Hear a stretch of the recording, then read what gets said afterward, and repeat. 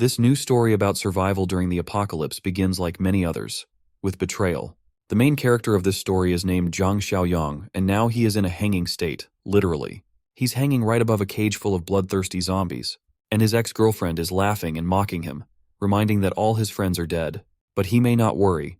Soon his meaningless life will also end and he can join his friends. Thinking back on what happened, Xiaoyang couldn't forgive himself for letting it all happen. It was all his fault. Or rather, it was his fault for trusting this evil woman who deserved a miserable death. That's who the real villain here is. But for her, all the threats of our hero were not scary at all. She found herself a boyfriend, stronger and richer, and now asked him to deal with this garbage. The fat man was not at all against helping and offered to torture Zhang Xiaoyang slowly, so that the girl could enjoy the sight and let out her anger. Before pressing the button, the fat man mockingly thanked Xiaoyang for all his supplies. Thanks to his generosity, they would be able to live comfortably for a few months. That was the end of the conversation, and Xiaoyang fell right into the zombie cage. For these insane creatures, there was no difference in what to attack. Fresh flesh was the only thing they desired in this world. The bound Xiaoyang could only scream in pain, and dream that if he had a second chance to live his life again, he would make his ex-girlfriend Qi Jing and fatty Li Shuxiang pay for what they had done. But suddenly, it was as if Xiaoyang woke up and heard Qi Jing's nasty, disgusting voice demanding an explanation. She wanted to know why it was that he still hadn't put her name on the house deeds. Does he not love her at all? Xiaoyang, meanwhile, was trying to come to his senses and realize what was going on. Had he been reborn in the time before the apocalypse? In his past life, he was deceived by Qi Jing. Not only did she swindle away the inheritance his parents left him, but he also ended up homeless. Later, the apocalypse began, and a global catastrophe turned people into zombies, plunging the entire world into chaos. But even in the midst of this chaos, Xiaoyang was not confused, and with the help of friends managed to survive and after some wandering built a safe zone. In it they could not be afraid of zombies, and thanks to good supplies they could live there for months. That's when Qi Jing appeared again. She pretended to be a desperate person who was looking for shelter, and she won Xiaoyang's sympathy again. Yes, it was stupid, and he realized it himself now. The very next night, she opened the gates of the safe zone to the enemies who had long dreamed of destroying them. Now, this same traitorous woman was not calming down and demanded 400,000 yuan bride price in addition to the house if he wanted to marry her. She behaved the same as always, confident that Xiaoyang was enchanted by her beauty and couldn't see her rotten character. But this time it will be different. He won't let this evil thing twist him around. However, he needs to act carefully. Being overly impulsive could hurt him now. Qi Jing gave him a week's time to do what she demanded, otherwise the wedding would be cancelled. At this, Xiaoyang threw her out of the house and assured her that he understood. Qi Jing was not used to such an attitude and couldn't understand what was going on. Since when had her slave Xiaoyang become so assertive? Had he changed his mind about being her servant? Now that he was rid of that annoying traitor, he could look around. There was only a month left before the apocalypse began, and Xiaoyang had to start preparing immediately, or else it would be too late later. Suddenly, he received a notification like in some kind of game. He received a system mission after activating the apocalypse system. The mission had a very common name, Apocalypse Preparation. To complete it, he needed to own a piece of land and prepare a year's stock of supplies. For completing it, Xiaoyang could get 10 points, which he could exchange for rewards in the system store. Our hero was pleasantly surprised by such a bonus. The system, missions, and rewards for their completion. What else is needed for happiness? Just what could be bought in the system store Xiaoyang did not know. Mostly there were loot boxes and some potions, for example, to improve physical strength. But from all this, our hero was distracted by his stomach grumbling and demanding a proper meal. Xiaoyang had almost forgotten how in his previous life he was skimping and saving every penny to gather Qi Jing's bride price, which left him malnourished. Now he was not going to limit himself and decided to have a fancy dinner delivered. In a month's time, zombies would be everywhere, and as long as good food is available, he should take advantage of it. A few hours later, the delivery arrived. Xiaoyang would never have allowed himself such a legendary Michelin 3-star takeaway before. He decided to start by tasting what a 300 yuan braised pork tasted like. After what he ate during the apocalypse, it was divine and just too good to be true.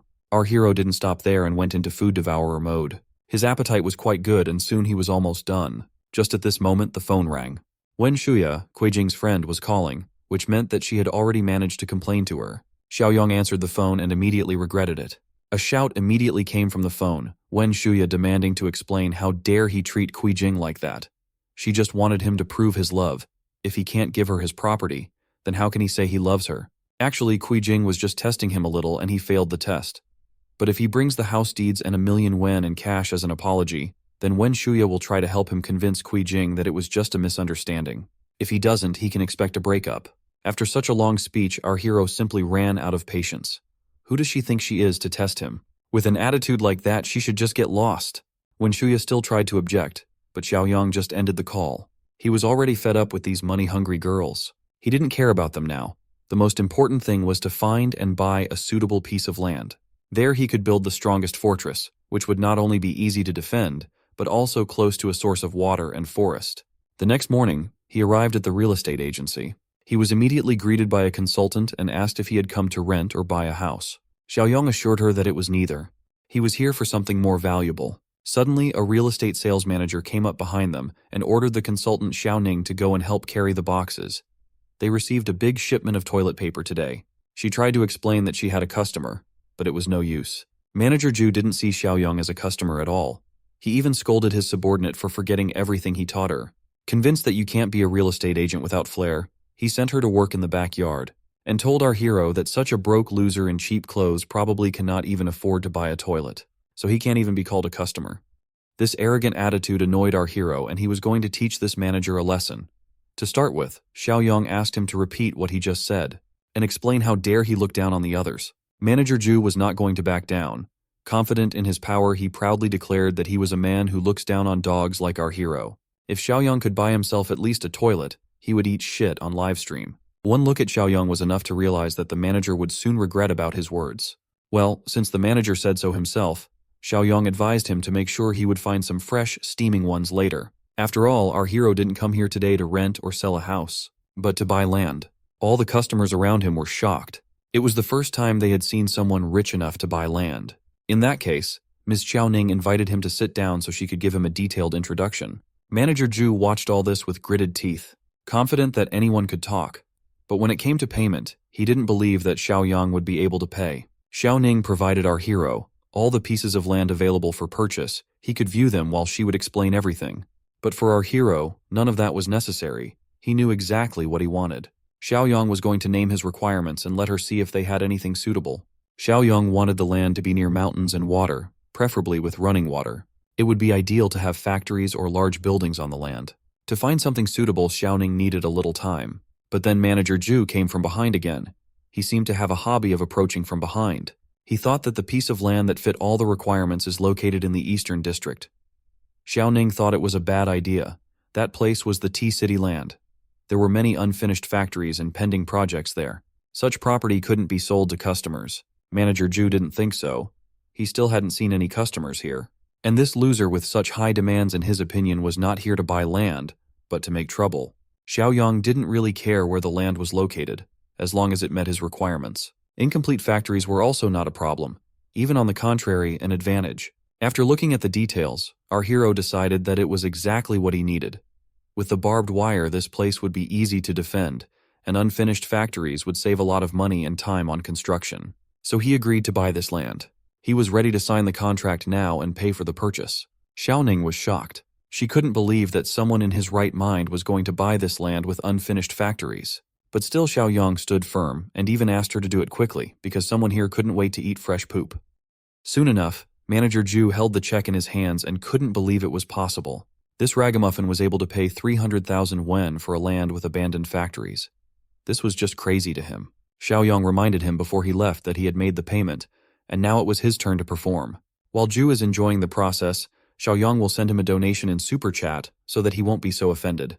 The other customers started encouraging the fat manager to hurry up because they had already started the stream. One just had a stomach that didn't feel good, but he promised that it would at least be fresh. Thus, Xiaoyang had completed the first step of the system task. Now it was time to get to the second one.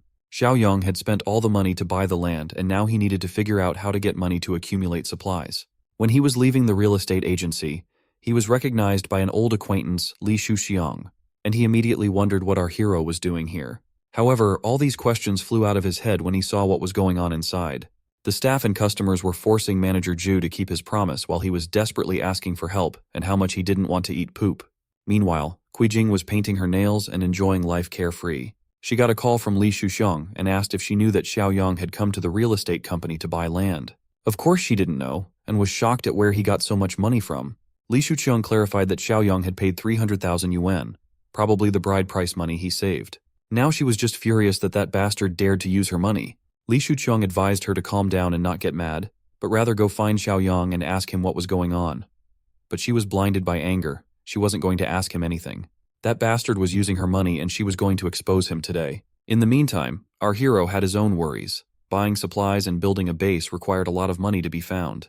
All his peaceful musings were interrupted by a frantic knock on the door.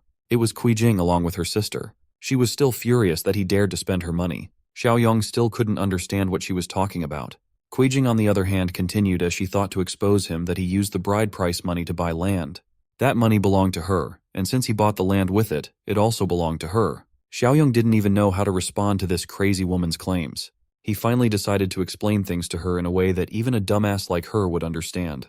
He has a lot of money, but he's not going to spend a single cent on her. Besides, he knows about her affairs with Li Shuqiang.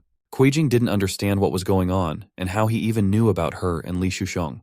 Her sister, seeing where things were going, suggested to everyone to calm down and solve this little misunderstanding between a couple. But Xiaoyang was not going to waste his precious time on these two. There is no misunderstanding here. Qijing is not his girlfriend, but a pathetic doormat of that old fatty Li Shuqiang. Right after that, he slammed the door in her face and told her to get lost. Just looking at her already annoys him.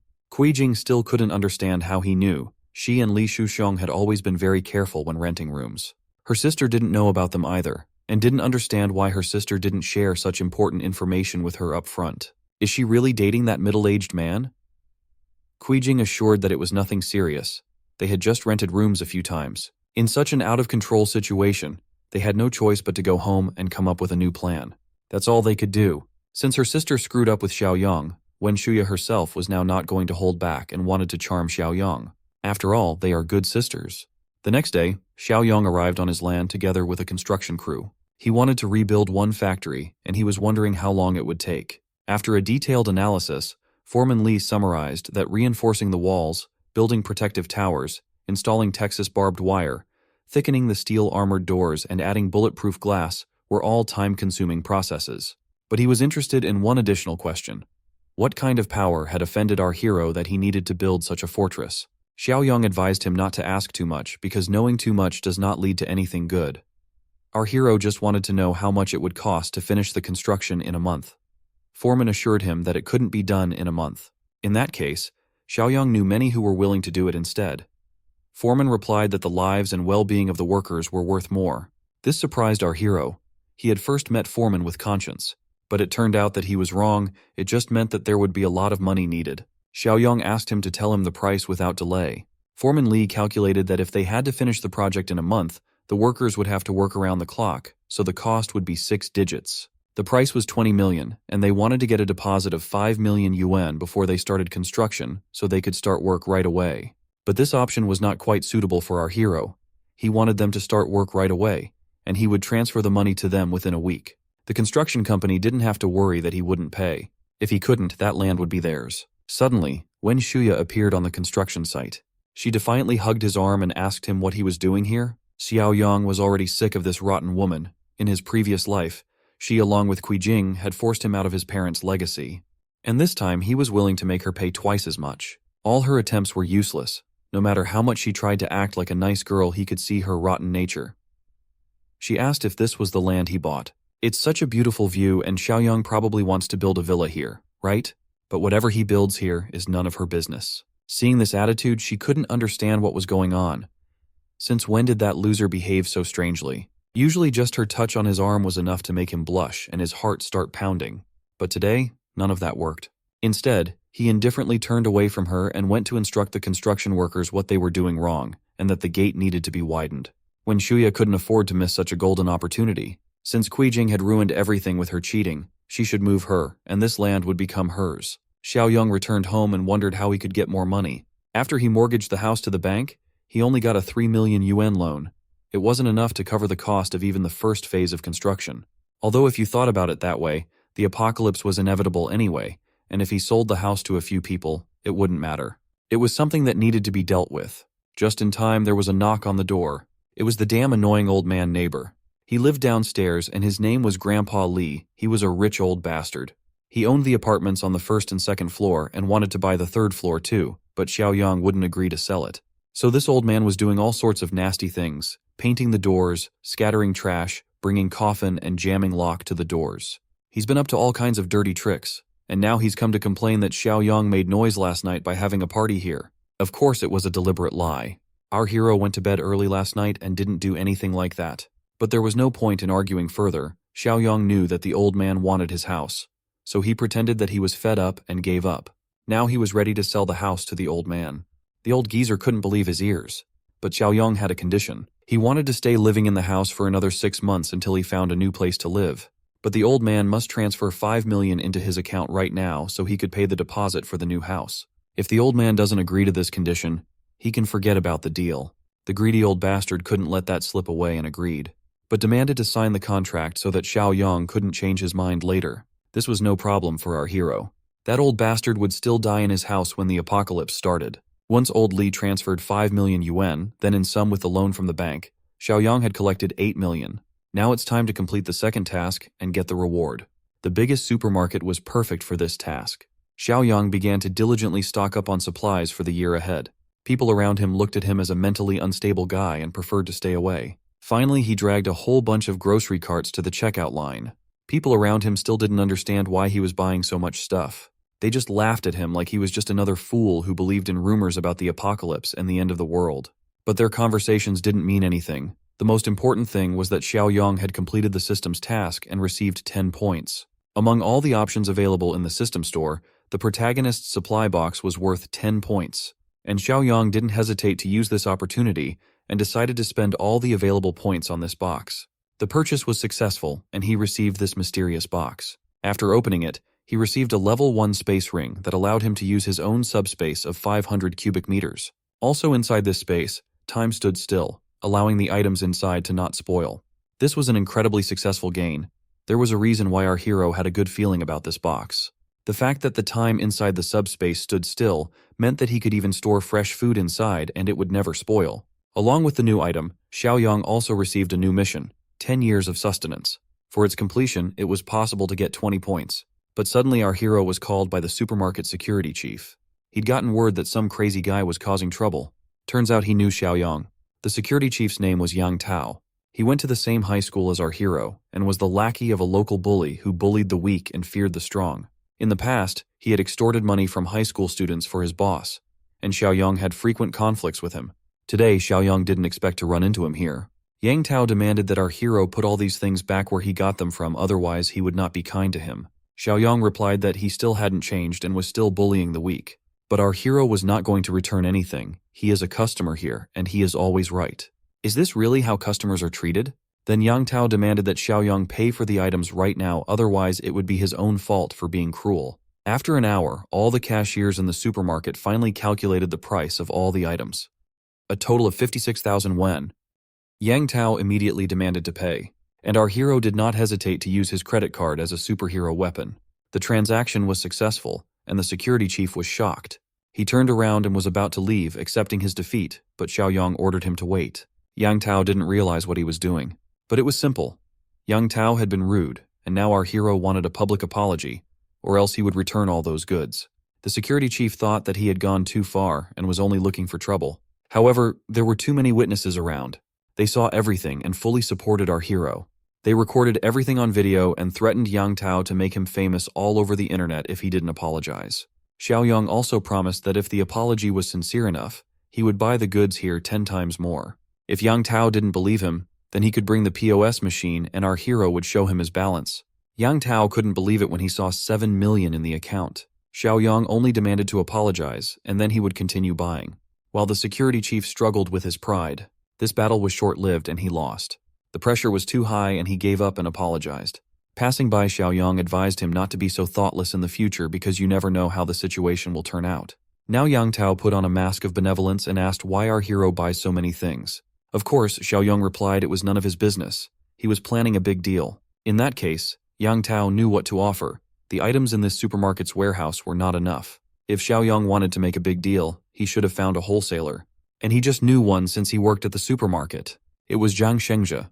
He was currently in the wholesale business. He immediately called him and happily told him that he had found a big customer for him. Xiaoyang realized that some people never change, and since these two bullies still worked together, He could only wonder how much they were ripping off the supermarket. Soon they arrived at the wholesale warehouse together. An expensive car drove up to them rather carelessly. From the way Zhang Shengji drove arrogantly, our hero realized that he had probably never been scanned before, and it was time to fix that. It was a meeting of old friends, although the arrogant boss didn't recognize our hero right away, and Tao had to remind that they once went to middle and high school together. Even so, Shengji had a hard time remembering who Xiaoyong was at first, but after thinking for a while he finally remembered. It was exactly that guy with a bit of a backbone. Shengji took one look at his former classmate. He didn't like the cheap non-designer clothes at all. He despised people who pretended to be rich when they weren't. Shengji had already made a conclusion about our hero based on his clothes. He immediately turned to Tao to teach this idiot a lesson for bringing him such a useless big client and wasting his time. Shengji even gave him a kick in the ass to think better next time, even though Tao tried to stand his ground, knowing that Xiaoyong was actually rich. Shengji couldn't even allow such a thought. He had been in this business for years, and as he thought he could tell at a glance who was rich and who wasn't. Xiaoyong saw that some people never change and called Shengji an illiterate who looks down on people. Shengji immediately grabbed him and demanded him to repeat what he just said. Xiaoyong was absolutely not afraid of him, and repeated to his face that he looked down on people. But it turned out that it was not this that offended him at all, but the fact that our hero called him illiterate. This was not what Xiaoyong had expected. It turned out that this bastard was really shameless. Tao, seeing the impending fight, hurriedly intervened and advised our hero not to touch Shengji's sore point. He is really illiterate, so he hates to be called like that. But for saying that, Tao received another kick and insults from Shengji, who was angry because he was not allowed to do what he wanted. Turning to our hero, Shengji gave him a condition. Either Xiaoyong buys a truckload of goods from him or crawl back on all fours. Our hero was more than satisfied with this. He ordered Shengji to let go of his collar and call out the account number. In just a moment, the angry expression on Shengji's face changed to a shocked one. Xiaoyong had somehow actually transferred $1 million into his account. According to our hero, it was only a deposit. He had plans to buy $5 million worth of goods. Shengji asked what kind of goods he needed. Xiaoyong replied that he needed oil, rice, salt, snacks, and drinks. Simply put, the products that didn't spoil for a long time. An imperceptible smile appeared on Shengji's face. He had just received a batch of almost expired food, and this was the perfect opportunity to slip it to Xiaoyong. Upon arriving at the warehouse with the food, Shengji offered our hero to pick up the entire shipment at a discount of 10% off the original wholesale price. The offer was great. However, Xiaoyong realized that Shengji wouldn't sell him food at such a cheap price so simply. So the first thing he decided to do was to check the quality of the food. As Xiaoyong suspected, it was a trap. Although the packaging looked new, the food was almost expired. Shengji didn't expect Xiaoyong to figure out his plan so quickly. He immediately offered him a discount of as much as 50%. But our hero wasn't satisfied with this deal. With this $5 million, he intended to buy the highest quality food. However, he had plans for this expired product as well. Xiaoyong told Shengji that he was willing to take the expired goods from him for half the price, but with the condition that the payment would be made in a month. Shengji was incredulous at our hero's words, but Xiaoyong replied that he would pledge his house. Shengji was confused because he didn't understand why Xiaoyong needed the expired food. He couldn't even suspect that after a while, even this expired food would be worth its weight in gold. Xiaoyong didn't intend to go into details and told Shengji to deliver the goods to him at the right address. Suddenly, someone called to our hero regarding the sale of a house. Quickly saying goodbye to Shengji and Tao, he left. The buyer was an old man who was ready to pay 400,000 down payment and give Xiaoyong 3 months to move out. Everything was going so well that it made our hero a little wary. He asked the old man why he was in such a hurry. He replied that his granddaughter was about to change schools and she needed a place to live. Xiaoyong was the only one selling the house in the neighborhood. The old man was so honest that he gave Xiaoyong all the information himself. Our hero asked if he was afraid that with this information, he might raise the price. The old man realized his mistake, and in a panic began to beg our hero not to do this, as it was all his savings. Xiaoyong was not a scumbag who took advantage of innocent people's kindness. He replied that their deal was on, then signed the contract. The old man was incredibly happy, for now his granddaughter had a place to live. He was so kind and polite that he even apologized to Xiaoyong for distracting him from his work. Realizing how kind and honest the old man was, our hero felt that he and his granddaughter would not last a month in the apocalypse. Calling out to the old man who was already leaving, he asked him for his address. After a while, Xiaoyong arrived at his own land, where work was in full swing. After telling the foreman that the payment would be transferred soon, he inquired about the progress. As it turned out, almost 80% of the construction had been completed. The protection and thickness of the walls and doors were just as he had requested. The warehouse was based on the factory. There everything was ready, and the warehouse could be used. This was great news. Xiaoyang immediately called Shengji and told him to bring the supplies. Soon the warehouse, more like a doomsday vault, began to fill up with resources. Under Xiaoyang's strict command, everything was ready by evening. As soon as the workers left, our hero could finally evaluate the work done. Everything had gone according to his plan, and now he could exhale. At the same time, the system sent a notification that he had successfully completed the task, for which he received 20 system points. When Xiaoyang opened the system store, he saw that there was a new box with awakened abilities in it. This meant that he could obtain supernatural abilities before the apocalypse began. Xiaoyang bought one box without a second thought. When he opened the box, he obtained a level 1 ability called Mind's Eye, thanks to which he could detect the hostility of the target. Xiaoyang was glad, because in his opinion, this was one of the most useful skills in the early stages of the apocalypse. The system didn't seem to want our hero to relax, as it soon sent him another task. This time he needed to obtain weapons.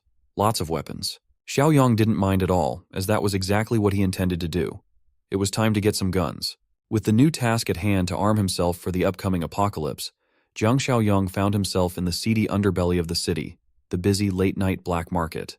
Walking around, he could hear the incessant haggling and obnoxious noises of customers and sellers trying to get better deals for themselves. There were scammers everywhere. Suddenly, something caught our MC's attention. Something he saw out of the corner of his eye. It was a man familiar to him, the man that Kui Jing was clinging to in the first apocalypse, Li Shuxiang. He was aggressively trying to bring down the price of some fake jewelry, eventually whittling down the seller to agree. Jiang Xiaoyang was not expecting to run into this guy tonight, but it made sense that the bastard would be trolling for fake jade bracelets. That witch, Kui Jing, was actually dumb enough to be tricked by fake gifts. A few feet away, he finally found a stall selling some promising wares. Sharp blades were lined up on the floor, each one more lethal than the last. As soon as he laid eyes on those sharp blades, a smile crept up on his face. He finally found what he was looking for. Squatting down in front of the seller, he boldly asked if they sold any hard stuff at this stall. Mr. Camouflage, who looked like a military man, wasn't amused by any of his cryptic messaging. The dude threw him a knife sharpener, telling the young man to grind the blades himself for something harder. Growing more serious, he commented that none of these knives were hard enough. What he was looking for was something a lot tougher. Realizing what he was implying, Mr. Camo turned deathly serious and asked if he was asking for trouble. Mr. Camo's irritation was interrupted by the sound of his phone notification that 200,000 yuan had been transferred into his bank account. In front of him was Jiang Xiaoyang, holding up the receipt after he sent the astronomical funds through the QR code at the stall. This was his way of pacifying the irate seller and proving that he was a serious buyer. Finally convinced, Mr. Camo called one of his men to come and watch the stall while he handled real business. His attitude towards Jiang Xiaoyang made a 180-degree turn as he politely led the young man to another building, as talking outside could be a little inconvenient. They did not have any problems entering the innocuous building next to the store. Mr. Camo was now trying to sell Xiaoyang some homemade guns for small targets. They cost 2,000 yuan, and ammo would come cheap. Our boy immediately declined. That stoked Mr. Camo's competitive spirit a little bit. So, he busted out some replica revolvers modeled after active-duty handguns. For 5,000 yuan, you'd get a 9mm shooter. Bullets would be 5 yuan a pop. For Xiaoyang, this much was barely acceptable, but he prepaid 200,000 yuan. This junk did not stoke his interest at all. Confused by the mention of prepayment, Mr. Camo asked what he meant by it. Jiang Xiaoyang proclaimed that the initial transfer from earlier was just a 10% prepayment for his order of 2 million yuan worth of weaponry. Mr. Camo was getting a little worried regarding this mysterious buyer's affiliation. Xiaoyang made up some BS about how his subordinates usually handle this type of sleazy buys, but he's here now and doesn't appreciate unwelcomed questions regarding his identity. Sensing that the young man must mean some serious business, Mr. Camo respectfully urged him to wait just a moment while frantically running to a different room. He hurriedly turned the lock on the entrance. Just to be safe, Mr. Camo also gave the surrounding area a quick look around through the window. He turned to Jiang Xiaoyang and claimed that he came to the right person. Walking closer, he whispered that he'd handle this matter. All he needed was an address, and they'd proceed with the transaction at midnight the day after tomorrow. He'd only accept cash. By the time Jiang Xiaoyang exited the innocuous place, Mr. Camo was practically treating him like a VIP. Xiaoyang was just unlucky enough to get back to the night market street right when the familiar bastard from earlier was walking around. Li Shuchong commented on this unexpected meeting in a black market no less. Now it makes sense why the young man has been spending so much lately. There's also the matter of Kui Jing. He reckoned that the kid must have seen too much financial advice lately, and now he's trying to lie flat, sell everything, and live in comfort. Unbothered by all the nonsensical words of a fat bastard, Zhang Xiaoyang thought it would be more practical to just try out his newly acquired ability. Opening his mind's eye, an imperceptible aura lit up his gaze. He could see a happy face indicator on top of Mr. Camo's head and an angry one on Li Shuxiang's. This was a very useful ability, as he had expected. To experiment more, he talked trash about the fat bastard buying fake and secondhand goods to trick Kui Jing. That girl was also his secondhand trash, so it made sense that she was only worth so much. Hearing that made the fat bastard's indicator even angrier as he cursed out the young man after hitting a nerve. Seeing the developing conflict, Mr. Camo stepped in and asked his new big fish client if the fuming fat bastard was bothering Xiaoyang. He labeled Li Shuxiang as an enemy. Taking the hint, Mr. Camo assured his new big bro that he and his staff would teach the fat bastard a lesson. Xiaoyang was cool with that, but he reminded them not to go too far as he had other plans for Li Shuxiang in the future. Seeing a group of well-built thugs coming after his fat ass, the wannabe gangster started freaking out, stumbling over his words and losing his arrogance. Mr. Camo did not waste any more words on the piece of trash and pulled out a baton. The boys made quick work of the fat bastard, leaving him beaten and bruised in the middle of the dark road. There were shoe prints all over his face and his white suit from all the kicking he endured. This event only strengthened his distaste for Zhang Xiaoyang. 2 days later, the rendezvous was set at the warehouse, and it seemed like both parties were on time for the agreement. In front of Xiaoyang was a truckload of suspicious crates. This was precisely what he wanted. The arrival of his firearm signaled the success of his battle-ready task, rewarding him with 10 system points, bringing his total up to 20. Inside the crates were heavy firearms, rifles, pistols, and every extra piece of equipment he might need. For some reason, the system also added a bonus reward, a +2 physical enhancement potion. Holding the syringe in his hand, he was pretty pleased with the unexpected drop of this bonus. With the +2 classification, it was even double the efficacy of the one in the system store. Not wasting another second, he lifted that syringe and aimed at his veins. He was expecting a tiny pinch of the needle, but the strength potion coursing through his bloodstream was an agonizing process. As an average adult male, his physical score would be around 5 points. With an increase of +2, that's practically a 40% boost in his overall power. Since that's the case, he resolved to open the system store, his gaze locking in on the other physical enhancement potion listed there. Realizing the value of increased strength while holding another massive syringe, he might as well maximize the advantage it would give. After injecting another strength cheat code, his physical score had finally reached 8. He was practically 60% stronger than an average man, and he was eager to test this out. Seeing some loose iron bars strewn around the warehouse, the idea of testing struck Zhang Xiaoyang. He took one of the iron bars, one of those thick ones used for reinforcing buildings. Xiaoyang threw it up in the air and proceeded to kick it as fast and hard as he could. His attack bent the thick rod quite noticeably. The momentum carried on with the stick flying right into the nearby wall. Xiaoyang's kick was powerful enough to make a decent dent in a wall through the iron bar. With his current strength, his bare hands are practically weapons now. He would be comfortable going up against an early apocalypse right about now. As for the weapons he just procured, keeping them out in the open would be a stupid move, so it would be better to store them in the spatial ring for safety. Xiaoyang just pointed his magical ring at the contents of the truck, and they were promptly absorbed. If everything proceeds as he remembers, the day after tomorrow will mark the first day of the apocalypse. He doesn't have much time to do everything else that needs to be done. For some reason, he couldn't brush off the image of that old man pleading to buy his house, using a modest amount of hard-earned cash for his granddaughter. Zhang Xiaoyang had been through countless life-and-death scenarios and treachery in the first apocalypse, but ignoring the plight of the unfortunate had never been his style. Maybe he'll send some essential supplies to the old man. That's the least he could do to help him and his granddaughter's chances of survival. It's a repayment of sorts for supplying Xiaoyang's apocalypse funds. The very next day, Zhang Xiaoyang drove to a rundown apartment building in a shady part of a different city. Without GPS, finding this place would have been impossible, given how hidden and decrepit it was. Seeing as the old man had been renting in such a cheap and old place without an elevator, it was evident that he wasn't well off. Their unit was even on the top floor. Reaching the door, Xiaoyang casually knocked.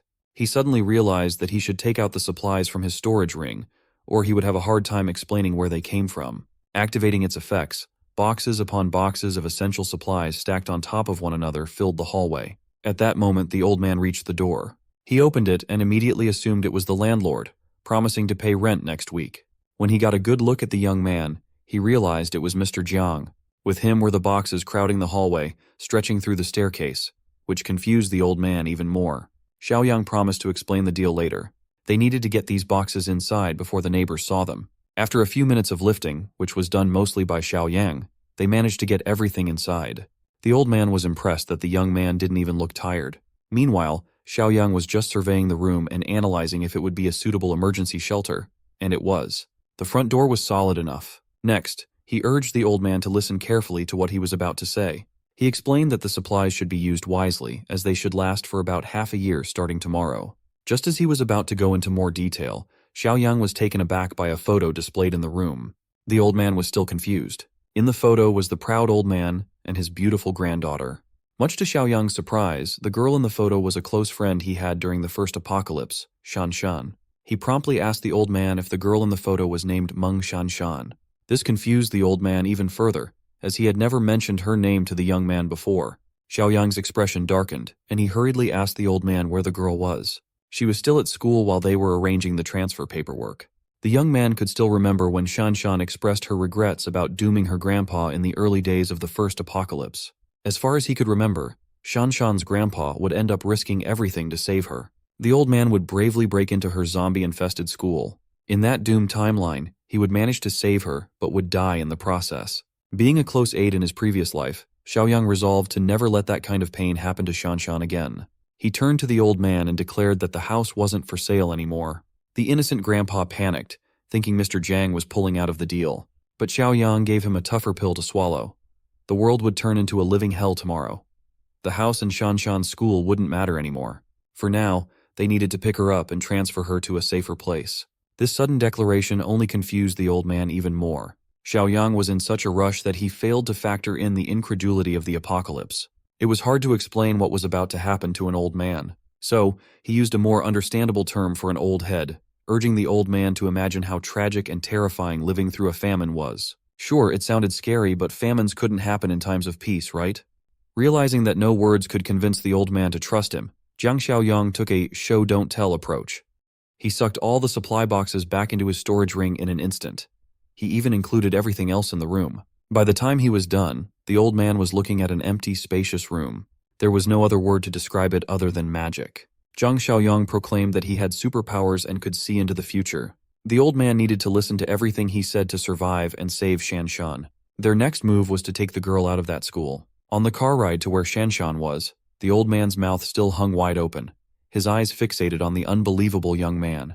To get there as fast as possible, Xiaoyang drove like a madman, as if traffic laws were merely suggestions. Running out of the vehicle, they needed to find Shanshan wherever she was. In front of one of the department buildings was a young woman surrounded by a few other students. It was none other than Shanshan. Right now, some stereotypical witch was slapping her across the face because some boy liked her. With defiant eyes, Shanshan insisted that she didn't even want to be with the freak, and she didn't like the attention from the creep. Another witch stepped in and kicked her in the stomach for daring to talk back. Two witches took turns beating her up out of jealousy over all the attention Shanshan was getting because of her beauty. The situation was rapidly accelerating, only to be interrupted by the voice of the old man after seeing his granddaughter in such a heartbreaking position. Those witches turned their attention to the grandpa running towards his precious granddaughter. He yelled at the unruly young women for what they were doing to Shanshan, telling them to let go of the girl. That's when some ugly thugs stood in his path, telling the old man to step back and let the girls settle their business without interruption, deliberately showing their blunt weapons and blades. The old man did not hesitate to charge in, even when threatened with knives, yelling at the boys for being mannerless bullies. One of the thugs raised his steel bat, aiming it at the old man's head. It would have been quite a severe ordeal had the bat hit, but Xiaoyang decided to step in on time, stopping the bully's attack. He looked at the young waste of space. It seemed like young guns were still learning to be thugs. The other two shifted their attention to Xiaoyang. They thought he was Shanshan's older brother or something. An easy target, nevertheless. The bully's hands holding the steel bat didn't budge no matter how he struggled, and then Xiaoyang made him eat a solid kick to the solar plexus. The poor thug flew into the air, looking like he had been launched by a cannon. Looking at the fate of the first thug, the other two hesitated for a moment. By the looks of it, Xiaoyang seemed trained in combat. Maybe if they went at him as a double team, they could sneak a hit in. But judging by the cold and calculating glare of Xiaoyang, that didn't seem to be the case. Two thugs, one at the front holding a knife and the other at the back holding a bat. This was the best plan two wannabe thugs could cook up. The first one to make a move was the one from the flank, doing a full bat swing. Sensing the incoming attack, Xiaoyang was easily dodged by swift ducking. His new body was proving useful already. After taking those potions and enhancing his physical abilities, his reaction speed was even heightened. He grabbed the thug who tried to bash him in the head, pulling him by the collar as if Xiaoyang were catching a badly behaved kid. With his newfound strength, slamming the bastard right into the cold, hard ground was easy peasy. One slam was all it took for the bully to pass out. The guy must have hit his head on the concrete or something. Taking the chance, the remaining bully rushed in with a knife in hand. Without even batting an eye, the zombie apocalypse veteran redirected the weapon and stared down the blonde bully with his unwavering eyes. Xiaoyang didn't even break eye contact while priming his leg for another kick. This time, he kicked the remaining thug on the side of the leg. The force was so powerful that it made the bully fold like an omelet. For additional damage, the fall eventually ended with Blondie's face hitting the floor quite hard. In just a few seconds, the wannabe thugs were dealt with appropriately.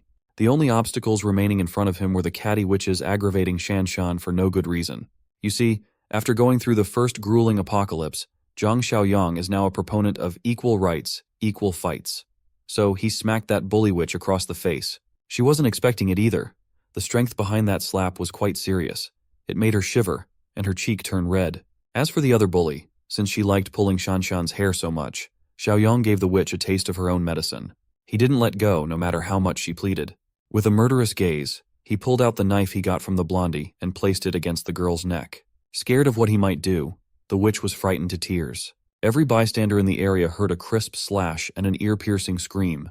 Xiaoyang didn't even bat an eye. In the first apocalypse, he did a lot of things for the sake of survival, and those instincts have remained with him. The ladies watched in horror at the result of what he had just done. Miss Bully dropped to her knees, seemingly lifeless and powerless. Don't worry, our MC is not that brutal, at least not yet. He just gave the bully a little haircut and humiliated her in front of everyone. Still not learning her lesson, the witch cried out that she wouldn't let Xiaoyang get away after doing her dirty like this. He didn't pay any mind to her empty threats. While glaring down at her pathetic self, he sprinkled the locks of hair on top of her head for maximum disrespect. He did so while telling her that he did her a favor, as long hair would only be a burden in the near future. Everyone was confused by his cryptic words, but he assured them that having short hair might just save the bully's life in the coming days. Xiaoyang turned to Shanshan with close familiarity, telling her that they had to go now, even if she didn't know where. Nevertheless, the old man convinced his granddaughter to board Mr. Jiang's car immediately. In there, her grandpa told her that she wouldn't be coming to school anymore. With a crazy look in his eyes, the old man explained that a massive famine was coming, and survival would have to be their priority. Shanshan wasn't buying it, though. She thought her grandpa just fell for one of those scam calls.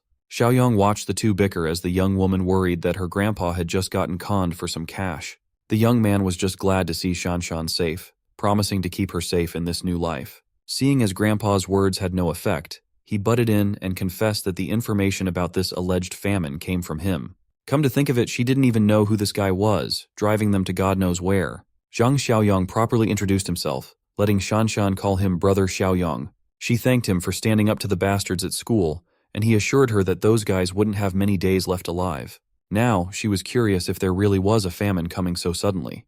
He finally fessed up that he just made up the famine story to make it easier for the old man to understand. A famine in modern peaceful times would be borderline impossible. So, he cleared up that what's really coming in the next few days is the apocalypse, the end of modern civilization as they know it. Hearing that would make anyone feel crazy. It's a natural reaction to such a declaration. Looking at the clock, Xiaoyang reckoned that it should be about time to check the news and internet to see the initial signs of the end of times. Pulling her phone out and checking the news, a video of a man reciting some pretty ominous end-of-day stuff appeared front and center.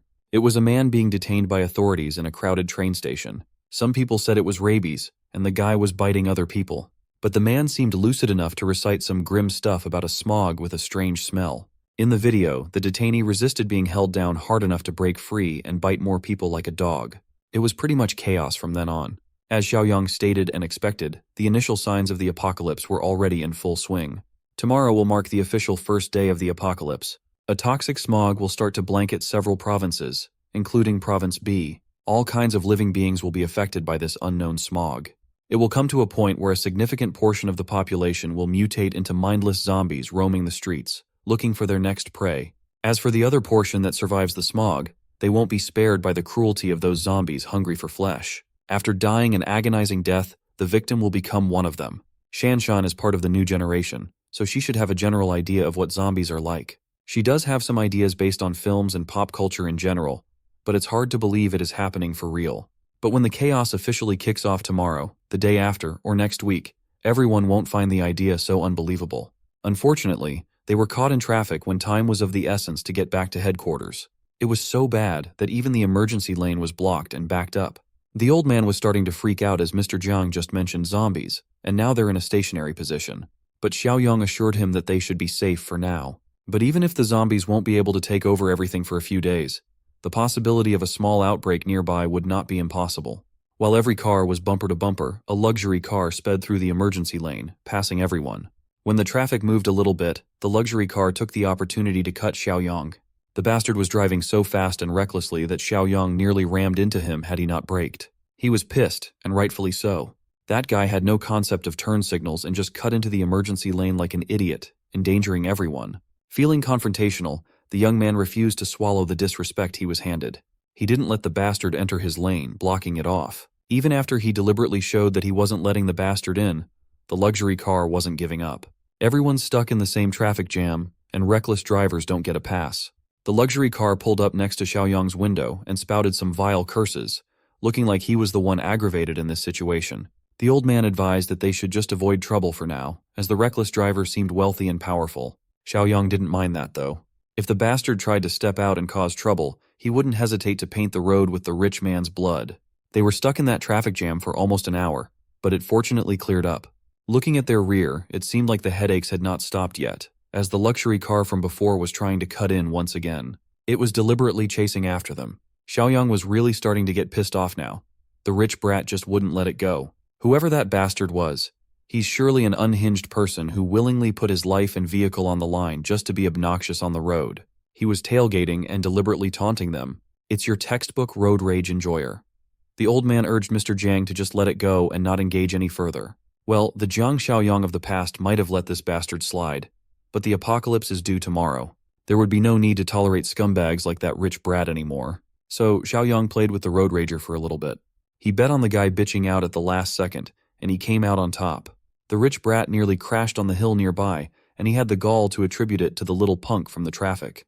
The suited-up bastard immediately dialed traffic police to ask for surveillance footage. He wanted to track down Xiaoyong to show that the people at the top were not to be messed with. By the time the three reached the headquarters, it was already well into the night. As soon as they stepped out of the car, the old man looked at the compound with his mouth wide open in surprise at its scale. Shanshan commented that the whole place seemed a little too much. Xiaoyong told the two to get some rest starting tomorrow, and everything they believed would be turned upside down as the world entered hardcore mode. That's what he said. But he looked pretty chill and comfortable in front of his viewing deck with a coffee in hand first thing in the morning. Shanshan had just woken up and found Xiaoyong nearby. It had been so long since she had a great sleep, and not having morning classes was a liberating feeling. Since she was already up, this would be an excellent time to take her on a tour around the fortress. They fetched Grandpa, and Xiaoyong gave them a tour around the facilities, where all walls were made of some serious reinforced concrete. Each gate wouldn't cave without the use of heavy weaponry, as they were remote-controlled and made of 3-centimeter thick solid steel. Whether it was people or zombies, keeping anything out would be a cinch. He also reminded them that no one other than the three of them would be allowed inside the fortress without Xiaoyong's permission. Shanshan interpreted that as leaving other survivors who managed to reach this place to die outside with the undead. Xiaoyong did not answer outrightly. He just invited them to come to the next spot. He carefully explained that with the apocalypse underway, human nature would become even more unpredictable than it already was. The evil inside people's hearts would be magnified without laws. Having a big heart and compassion would only get them killed down the line. So he led the two to view a spot that he had constructed. It looked like a fenced apartment complex with multiple shipping containers strewn around. He instructed that in the event he wasn't around and survivors came seeking help, they could be housed in this buffer zone as temporary shelter. Without his explicit permission, the ban on other people from the main fortress still stood. The old man concurred. The next stop on the tour would be the food storage. He would also point out which areas of their supply place could be rationed out to other people. Entering the warehouse filled with stacks upon stacks of essential supplies, it seemed like an absurd sight. Xiaoyong turned around, looking at them with intent. He proceeded to activate the mind's eye to check their hostility status after showing them the goods. Fortunately, he saw happy faces on top of their heads. It should be safe to assume that this was a sign of trust. So, he continued with the next showcase from his storage ring, while explaining that weapons were the most important thing in this apocalypse. He handed Shanshan a crossbow and the old man a shotgun. He reminded them to ensure that these weapons remain under their control, never falling into someone else's hands. It was only common sense to do so. Weapon security was a must unless they wanted chaos. While in the middle of the tour, Xiaoyong received a notification regarding a new system task. After reuniting with Meng Shanshan, he was given another mission to reunite with another former comrade named Zhang Qi. This notification came as quite a shock to Xiaoyong. Looking at the city from the viewing deck, he saw an arrow indicating Zhang Qi's location. He was already planning to find his old friends, so this was a nice bonus.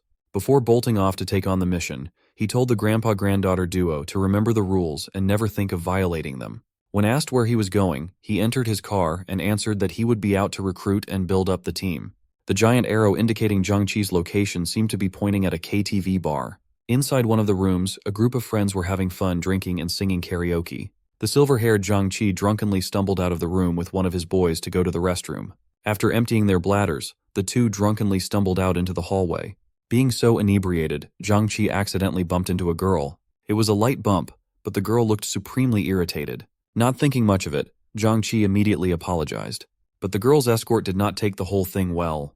Calling Zhang Qi a punk, he kicked the young man indiscriminately. Zhang Qi stumbled into a nearby wall, falling on his ass, and it looked pretty painful.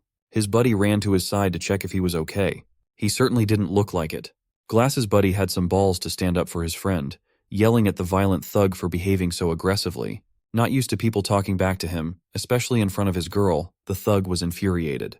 He lifted Glass's buddy by the collar, and the bastard was quite strong. Seeing the situation escalating, Zhang Qi tried his best to get back up and admit that he was at fault, pleading for the thug not to hit his buddy. Fortunately, a KTV staff member was walking around nearby. He was lamenting getting over stomach flu and immediately catching a cold, but the commotion caught his attention. It seemed like fights were quite commonplace in this bar, as drunk people just couldn't keep their hands to themselves. The staffer decided to step in to try and break up the fight, asking both parties to calm down. When the thug turned around, he looked offended to be stopped. He took it as disrespect, as even the KTV's owner would not dare touch his clothes. The heroic staffer was now the target of the thug's anger, so he silently gestured for Zhang Qi and his buddy to hurry up and leave. Bastard thug demanded that the bar boss come out right away, or he would shut the place down. Mr. Staffer tried to de-escalate, but it seemed ineffective as the college boys ran away. Back in karaoke room 3090, the two barged in as if they were being chased by a wild animal. Their other friends were naturally curious as to what was happening and why they were in such a frantic rush. Well, they basically bumped into a drunk thug who threatened to beat them up really badly. They were lucky that one of the staff was quick-witted and kind enough to defuse the commotion. One of their friends stood up, telling them they should have put up a fight as their mechanical engineering class should never back down. He wanted to call other guys from their department to retaliate. Zhang Qi stopped the hothead from doing so, as acting tough and looking for trouble when they had less than a year until graduation would be a stupid move. They should just keep singing, dancing, and celebrating. They did just that. But the trouble continued looking for them in the form of the drunk thug with his whole group. It looked like they beat on the server to find room 3090. The boys were naturally surprised that a group of unknown tough guys had just charged inside. Drunk thug threw the server like a rag doll and pointed at Zhang Qi and his friends, telling his boys to grab everyone. The college boys did not dare resist for fear of escalating the violence even more, so they surrendered. Seeing the fate of the beaten server made them shiver. The tough guy of mechanical engineering taunted the thugs, daring them to let him make one phone call. Grabbing a whiskey bottle, drunk thug stopped the tough guy from talking. He did so by smashing the full bottle in his hand against the tough guy's head. Tough guy Chen Chong's blood and the whiskey mixed as it flowed down to the floor, much to Zhang Qi's worry. Outside the KTV bar, a familiar car just pulled up to the entrance. Zhang Xiaoyong came out of his car with a smile, excited at the thought of seeing one of his old buddies from the first apocalypse. He was amused by how in character, a KTV was for a college student version of Zhang Qi. He entered the premises, guided by the top-notch staff. Even when they faced the horrible end of the world for the first time around, Zhang Qi had always been the type of guy who still had the heart to sing. Chen Chong tried to act tougher than he really was, and all it got him was a painful head wound from a shattered liquor bottle. The thug turned to his lady, feeling full of himself. But she was not amused at all, as Chen Chong was not the one who bumped into her earlier. That was no problem at all since they could just smash Zhang Qi's head open all the same. However, it seemed that Chen Chong was quite resilient. Grabbing a metal ashtray, he fought through the pain to retaliate but was apprehended by the other thugs immediately. His guts both impressed and irritated the head thug. Using the fresh bottle in his hand, he delivered another brutal blow to the tough guy's head. Zhang Qi and his classmates could only watch as one of their friends got trashed not once, but twice. Being the good buddy that he was, he ignored the armed thugs around and charged at the head thug tormenting them. While he and Glasses were bravely standing up for their friend, The remaining cowardly dude trembled in fear. Unfortunately, a 2 versus multiple gangsters situation was a recipe for disaster. But while they were getting beaten up, the injured KTV attendant started groggily standing. Despite the disadvantages in numbers, Zhang Qi actually held on quite well, giving the thugs a lot of trouble. While they were distracted trying to beat one another, the KTV attendant had already started abnormally mutating, losing his sanity. The rabid zombie immediately ran up to where the largest clump of living flesh was, exhibiting extraordinary speed. One unfortunate thug just happened to be the nearest, so the infected attendant took a bite out of his back like it was a medium-rare steak. Still unaware of what was happening, the thug was just annoyed at the dog-like behavior of their first victim. Meanwhile, Zhang Qi's cowardly classmate was losing his mind out of terror instead of backing his friends up. Another thug tried to pull the attendant off his buddy's shoulder, but the bite was way too persistent, and the mutation had enhanced his physical strength. Suddenly, the infected turned around in one swift motion, letting go of one thug's shoulder and transferring the bite over to another thug's arm. The bite was painful, but the more troublesome part was the enhanced physical strength, making it borderline impossible to shake the infected off. At this rate, everyone in the room would probably fall victim to the mutated attendant if a certain someone did not intervene. Zhang Xiaoyang stole the spotlight by grabbing the rabid attendant by the back of its neck and lifting the beast up in the air with a single arm. To neutralize the threat, he turned to the nearest glass wall and smashed the zombie right into it, shattering the glass. Xiaoyang turned to the warring thugs and students, telling everyone to stop what they were doing. His display of swift viciousness was quite effective in demanding their attention. The thugs reckoned that this stranger must be strong as hell since they could not even move the rabid attendant with 2 people teaming up. Head Bastard was quite ineffective at reading the room, redirecting his anger towards the man who had just smashed a rabid zombie with one hand. Ignoring the gangsters, Xiaoyang turned to Zhang Qi to ask if the young man was bitten. Stuttering in confusion, he replied that he was not bitten. None of them had a clue as to what was going on. Without further explanation, Xiaoyang just ordered his old friend from a previous life to come with him. For some reason, Zhang Qi felt compelled to follow, but was stopped by the head thug, who still thought that he was the top dog in this situation. Before another fight could erupt, one of the bitten gangsters started coughing severely while complaining about a severe headache, making his head spin. Xiaoyang could spot the early signs of mutation from a mile away, and this guy was exhibiting every symptom. Aside from the massive bite wound on his shoulder, he also complained about having a runny nose earlier in the day. While still holding the rabid zombie by the neck, Xiaoyang confirmed that the thug was bitten. The signs of rot and infection were already visibly spreading from the wound itself. He was a lock for infection, and with the bite so close to the nervous system, the spread would only accelerate. The thug was bound to mutate sooner rather than later, and they could not afford to deal with 2 rabid zombies in such a closed space. So, Xiaoyang started moving, dragging the resisting zombie, drawing everyone's eyes to his following action. Upon arriving near the door, he chucked the infected attendant inside the restroom. He immediately pulled the sliding door closed, effectively trapping the infected inside. The rabid zombie was quite rowdy, immediately getting up to aggressively bang on the door. Thankfully, zombies in the early days had not yet learned how to open doors. Everyone in the room looked at Xiaoyang with puzzled expressions. With the threat of the rabid zombie effectively neutralized, Xiaoyang's demeanor shifted to an even more aggressive one as he asked Zhang Qi which one of these thugs needed to catch his hands. The young man was still confused as to who Xiaoyang was since they didn't even know each other at this point. Head Bastard, with his bruised ego, charged in, expecting to teach some cocky brat the gangster way, but Xiaoyang just looked at him like he was looking at a harmless kid. Before the head thug could land his pathetic attack, Xiaoyang had already grabbed him by the face, digging his fingers into his skin. Pushing forward until he found a target, Xiaoyang smashed the head thug into the glass table in the middle of the room. The bitten thug with the mortal shoulder wound immediately ran in to avenge his boss. Xiaoyang fixed his stance and landed a quick blow to the gangster's windpipe. With one swift motion, the thug laid flat on his back, his consciousness fading away. Then came the next stage of infection, as the gangster started foaming at the mouth while seemingly having a seizure. His buddy worriedly checked on the guy. One punch should not be enough to put anyone into this bizarre state. Nevertheless, it was an effective show of strength. If anyone else wanted a one-piece combo to go night-night, Xiaoyang would gladly take volunteers. While adjusting his fists for a beatdown, Xiaoyang advised Zhang Qi to take his friends and wait outside the KTV room. They gladly complied, lending their shoulders to the injured Chen Chong and getting out of there as fast as they could. The gangsters wanted to do the same, carrying their injured brothers, who were slowly succumbing to the infection. However, Xiaoyang stood firm at the door, not letting them pass. Head Bastard tried to intimidate him but failed miserably. They must have gotten so drunk that they acted like gods and nearly got his brother Zhang Qi killed. Not wasting any more breath on these lowlifes, Xiaoyang easily pushed the head thug down, infuriating the egomaniac gangster. Afterward, Xiaoyang immediately left, slamming the door in their faces to let nature take its course. Head Bastard began crazily banging on the door, calling Xiaoyang all kinds of names while threatening to skin him alive. Unbeknownst to him, one of his men had already succumbed to the infection. The zombie bite near his nervous system had hastened the process. Upon opening his eyes, they had already turned bloodshot and crimson, with no signs of sanity or control left.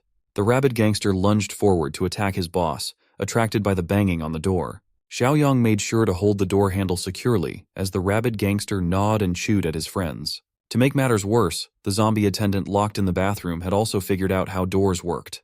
Xiaoyang could hear the carnage from the hallway. Curious, one of the KTV employees hesitantly approached Xiaoyang, and he urgently tasked the employee to get the keys and lock the door, not letting anyone enter. They were also to call the police and paramedics, citing a case of rabies flu inside the room. Hearing the seriousness in the young man's voice and the mention of rabies flu alarmed the employee. He was in a daze, so Xiaoyang had to yell at him a second time to act fast, as they didn't have time to dilly-dally. The KTV room was securely locked from the outside, with the unintelligible grumbles of the rabid gangsters audible from the hallway. As for Zhangqi and friends, Xiaoyang invited them to follow him for now, leaving the KTV employees to deal with the aftermath of what had just transpired.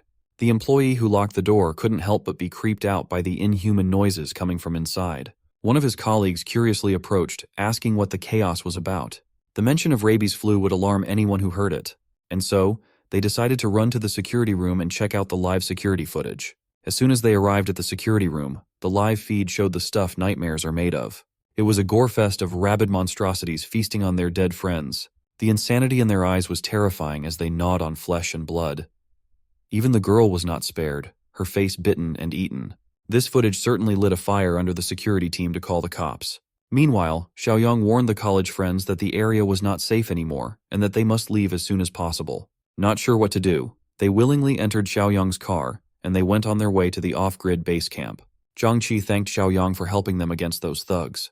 But they still hadn't been properly introduced, so he was a little apprehensive. Zhang Xiaoyang formally introduced himself and lied about the fact that he had been hired by an anonymous employer to protect Zhangqi. The coward of the group curiously asked if the rabies flu was confirmed, as he had seen people debunk the hoax on the internet not too long ago. Xiaoyang simply cited what they had seen back in the KTV room. There was no other logical explanation for it. Glasses fearfully asked if there was any medicine or vaccine against this rabies flu they were talking about. Xiaoyang stared at the boys from the rearview mirror while driving and gave it to them straight. The disaster wouldn't end, and it would only get worse. In other words, they were already in the midst of the apocalypse. Speaking of the apocalypse, they just happened to pass by more blatant evidence of what was happening. At the side of the road, an infected man was chasing after a pedestrian, fearing for his life. The current situation in the city could still be considered just a small outbreak in isolated areas, as the majority of infected people were still in the incubation phase. But sooner rather than later, the epidemic would spiral out of control on a massive scale. If the boys wanted to survive, they had to listen to everything Xiaoyang said from now on. Fearing for their lives and feeling indebted to the reliable stranger, they promised Brother Yang that they would listen to him. Rescuing and gaining Zhangqi's trust finally gave Xiaoyang the pass to his mission, rewarding him with 20 system points. Now was the perfect time to secure more resources, so he was excited to see the new loot boxes in the shop. There was an Apocalypse Farmer box, Armed Deterrence box, and food supply boxes to splurge his points on. He had already seen the Apocalypse Farmer box, so it seemed like he would need to either refresh or buy it to open spots for new stuff. Nevertheless, every one of these boxes seemed useful and was not too expensive. Xiaoyang planned to redeem all of them once he got back to the fortress. Sneakily stealing glances at the college boys, one more tricky problem came to his mind.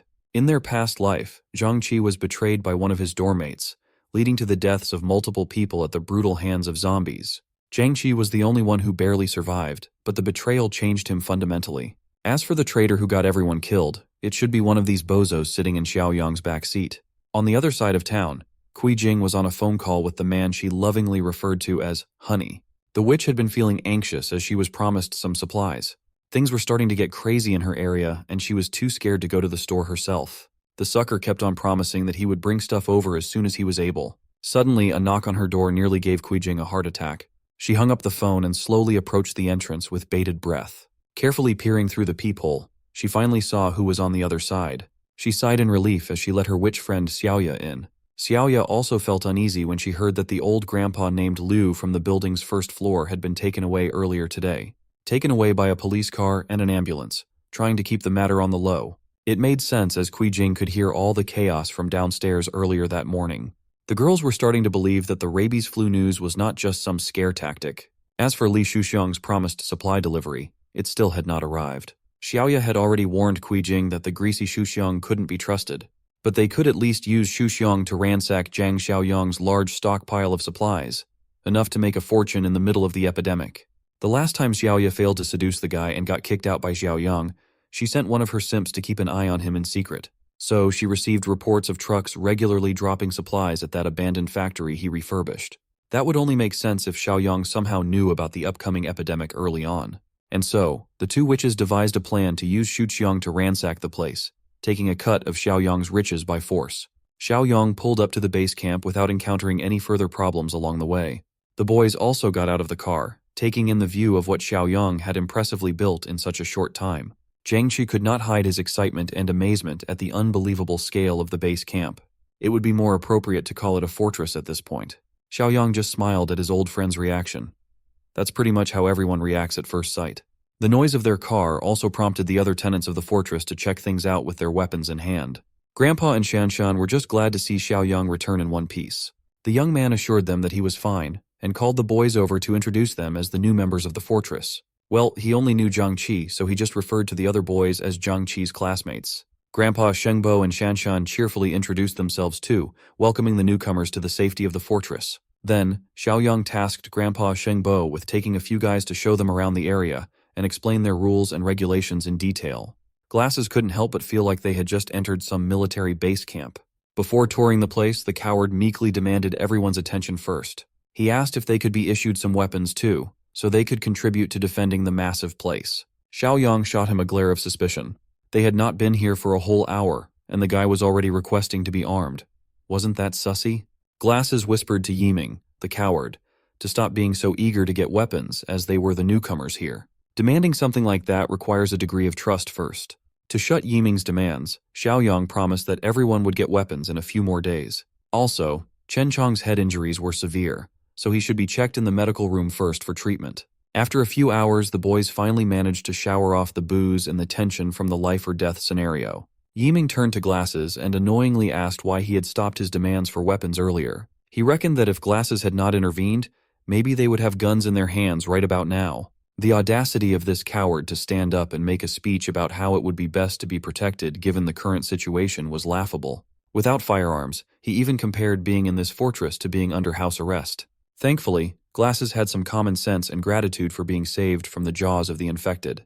Yiming continued trying to sow a sense of distrust among his classmates, putting Xiaoyang's background into question as the guy only claimed that he was hired by an anonymous client for protection. Yiming rightfully poked holes in the story, as it did not seem to make any sense. He gritted his teeth and brought up Chen Chong's treatment too. Xiaoyang promised to monitor their buddy's injury, but the medical room had more security features than a prison cell. Yiming spouted the poisonous idea that Xiaoyang might be conspiring to harvest their friend's organs in that sterile room without them knowing. So, he was determined to recruit more dumbasses to his cause and strike first against their savior. Glasses heavily opposed the idea, not wanting to betray Xiaoyang after he had taken them to safety. Yiming asserted that he would rather betray the world than let the world betray him. So, he wanted to take over the fortress and seize control of the entire area. Besides them and that Xiaoyang guy, there was only an old man and a young girl. Yiming reckoned that if Xiaoyang went away, they could capture the old man and the girl. The girl just happened to be pretty cute too, and Yiming wanted some of that.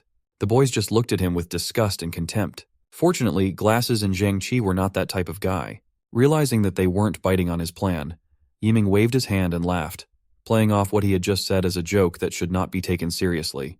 Jiangqi naively accepted that half-assed excuse at face value. The apocalypse had not even gotten into full swing yet, and Yiming was already scheming about degenerate lawless deeds. Glasses also added that if Xiaoyang wanted to harvest their organs, they would have been helplessly locked up by now. As the other two exited the showers, Yiming deemed them not worthy of conspiring with.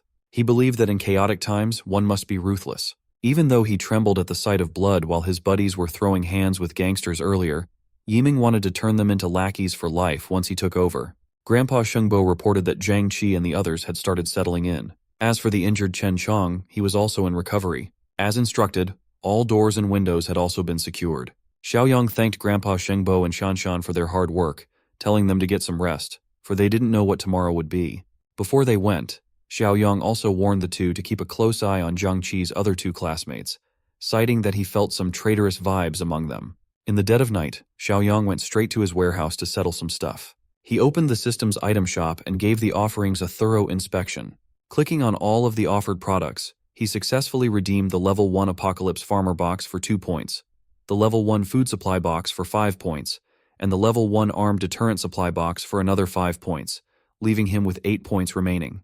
The Apocalypse Farmer box contained 50 corn seeds. The Food Supply box awarded him with 200 kilograms of starch sausage, 100 kilograms of pre-cooked braised pork with preserved vegetables, and 50 boxes of pickled cabbage noodles. As for the Armed Deterrent box, it contained a whopping 1,500 rounds of 9mm ammunition. He dumped the rewards from the boxes in one pile. Seeing the sheer size of the pile was quite impressive in and of itself. It was not as good as spending money freely now in the coming resource-scarce apocalypse, but supplies are supplies.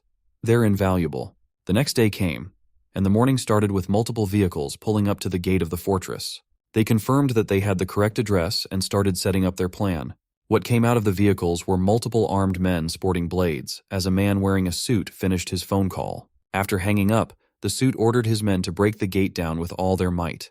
The stupid army started bashing the steel gates with their bats and tried to kick them down with their feet. After a few minutes of trying to no avail, they complained that the door was too thick, and they would not be able to break it down with the equipment they brought. Mr. Suit felt infuriated. He came here expecting to burst through the door of a normal house, only to get stopped at the entrance. So he ordered his men to bring out the big guns, and they hurriedly carried off wooden crates filled with their secret weapons. Instead of explosives or high-caliber guns, the contents of the crates were actually multiple wine bottles. The stupid army fashioned them into handy Molotov cocktails and started chucking them over the gates. The rain of fire just landed in the yard, not even reaching the apartment complex on the other side. Still, the Molotov cocktails caused quite a stir as they burned high and bright first thing in the morning. After blindly tossing the fiery wine bottles all over the place, some had finally managed to hit the roof of the outer apartment complex. Shanshan, Zhang Qi, and the others finally noticed what was happening and came out with fire extinguishers and buckets of water in hand. Xiaoyang had already warned them about something like this. The disaster had not fully hit yet, and extreme situations were already unfolding. While the youngsters dealt with the fire, Xiaoyang and Grandpa Shengbo emerged from the warehouse with an assault rifle and a shotgun, respectively. They went straight to the watchtower to get a visual of the villains causing chaos and looking for trouble outside the gate. Upon arriving at the top, Grandpa Shengbo commented that the guy in the suit and the car at the forefront seemed awfully familiar. If he remembered correctly, it was the guy who had a road rage incident with them on the highway a few days ago. One of the thugs finally noticed someone standing on the watchtower from afar. He immediately notified his boss that the one they were looking for had finally shown his face. The little punk who had dared to provoke him on the road. Mr. Suit screamed and cursed at the top of his lungs, making sure that his sentiments and insults would be heard from way up the tower. He threatened to burn the doghouse down if Xiaoyang didn't come out. The young man calmly responded by giving Mr. Suit and his lackeys 5 minutes to get the hell out of his property or else. These gangsters did not respond well to threats. They just heard a brat telling them to piss off, which got them riled up. The time for words had passed, and they would rather bring out 2 more crates of Molotov cocktails to do the talking. Suddenly, Xiaoyang received a new task from his system. While Grandpa Shengbo stressed over whether they should fire a warning shot or something, Xiaoyang was busy reading his new mission. The task demanded that the threats be eliminated as quickly as possible for 10 points. Seeing the reward, Xiaoyang immediately abandoned the idea of warning shots. These intruders were clearly criminal gangsters. Order in society hadn't broken down yet, and they were already committing heinous crimes. They could not care less if someone got burned to death by their stunt. Xiaoyang believed that leaving scum alive during the apocalypse would only harm more innocent people in the long run, even endangering them. So he started aiming. Without hesitation, the young man pulled the trigger, and his bullet went for the first blood. The first hit landed on Mr. Suit's arms, stunning him and rendering him speechless and terrified. The agonized scream of their boss as he clutched his severed arm made the thugs realize that they must have messed with the wrong people. Xiaoyang, still cool as a cucumber, was actually frustrated that he missed a supposedly sure kill shot. He must have gotten rusty after reliving a peaceful life for too long. The thugs saw the assault rifle in his hands and hurriedly retreated to the cover of their vehicles. The first one to run was the boss, but Xiaoyang was the type of guy who obsessively follows through once he gets started. Aiming more accurately this time, he began picking off the retreating thugs one by one. They rained fire on his property, so he rained lead on their asses, chests, and heads. It was a slaughter. The boss must have felt all the adrenaline in his body pumping so hard that he managed to reach one of the vehicles for cover. As soon as he got inside, he ordered the driver to get the hell out of this place, not minding the bleeding stump he used to call his arm. Grandpa Shengbo worriedly looked at the escaping car, but this was no cause for concern. This is precisely why Xiaoyong grabbed the automatic rifle out of the armory. Carefully aiming at the retreating vehicle, he tracked their movement while continuously emptying magazine after magazine of high-caliber bullets, piercing through. Grandpa watched as the young man continuously aimed, fired, emptied his load, and reloaded without a single wasted motion. The way the kid hip-fired and reloaded was so smooth that even during his military service, Grandpa Shengbo had never seen someone so efficient. After emptying a few more magazines, things finally quieted down in the vicinity of the fortress. The fires had also been successfully extinguished. Corpses of thugs littered the road leading directly to the fortress gate.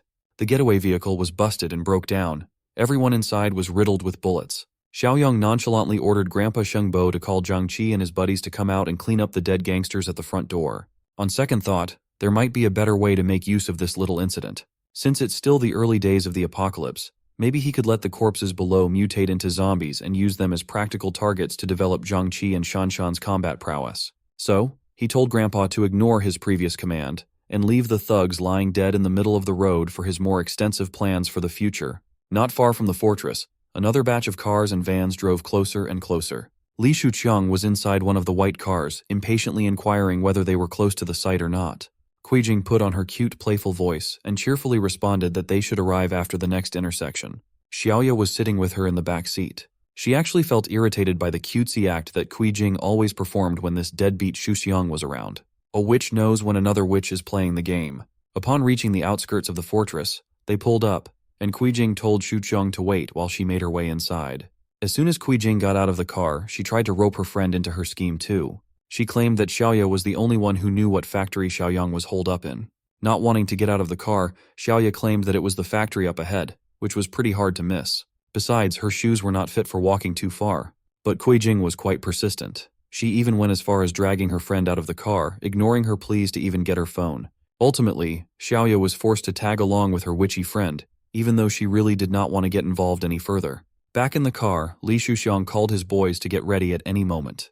He would take the lead, and as soon as his car started, the boys in the van were to follow. The vans were packed with a mix of young men and veteran gangsters alike, ready to invade the fortress even though they did not know what they were walking into. Xiaoya complained that she did not want to get dragged into this mess. But Kuijing could see through her sly moves, thinking that Xiaoya was making a move on her gangster sugar daddy. They had schemed and scammed together for far too long not to know every trick in the book. But she got it all wrong. Xiaoya actually dressed up and dolled up in hopes of hooking the loser, Zhang Xiaoyong, since Kuijing was already compromised with her affairs. Walking up to the gate, the girls finally noticed the grisly scene up ahead. The road was filled with corpses with bullet wounds throughout their bodies, so it was fair to assume that they died from a shootout. Xiaoya was deathly scared, urging Kuijing to just go back and abandon the plan. Judging by the blood, it seemed like the corpses had been there for a while now. Kuijing reckoned that these were two groups fighting over Zhang Xiaoyong's supplies. If these hardened criminals died in the process, then it would be safe to assume that loser Xiaoyong probably did not make it out alive too. It didn't really matter if he died, they just needed the priceless supplies. Xiaoya, being the voice of reason, wanted to let Li Shuqiang and his boys handle this mess, but Kuijing wanted to sneak over and see if the factory gate was locked. Unbeknownst to the girls, the gangster corpses had already started mutating with the inherent virus in their system.